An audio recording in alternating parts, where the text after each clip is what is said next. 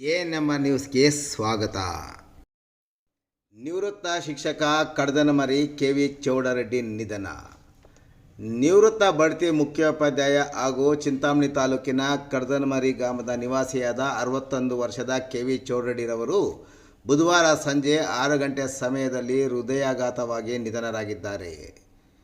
ಮೃತರು ಪತ್ನಿ, ಏಕೈಕ ಪುತ್ರಿ ಸೇರಿದಂತೆ ಕಡದನಮರಿ ಗ್ರಾಮ ಪಂಚಾಯಿತಿಯ ಮಾಜಿ ಅಧ್ಯಕ್ಷರಾದ ಕೆ.ವಿ. ಬೈರಾರೆಡ್ಡಿ ಸೇರಿದಂತೆ ಅಪಾರ ಬಂಧು ಬಳಗದವರನ್ನು ಅಗಲಿದ್ದಾರೆ. ಮೃತರು ಚಿಂತಾಮಣಿ ತಾಲೂಕಿನ ಪಾಲೇನಹಳ್ಳಿ ಗ್ರಾಮದಲ್ಲಿ ಹಲವು ವರ್ಷಗಳ ಕಾಲ ಶಿಕ್ಷಕರಾಗಿ ಕರ್ತವ್ಯ ನಿರ್ವಹಿಸಿದ ನಂತರ ಬಡ್ತಿ ಪಡೆದ ಅವರು ಶಿಡ್ಲಘಟ್ಟ ತಾಲೂಕಿನ ಕನ್ನಮಂಗಲ ಶಾಲೆಯಲ್ಲಿ ಮುಖ್ಯೋಪಾಧ್ಯಾಯರಾಗಿ ಸೇವೆ ಸಲ್ಲಿಸುತ್ತಿದ್ದ ಅವರು ಕಳೆದ ವರ್ಷ ನಿವೃತ್ತರಾಗಿದ್ದರು.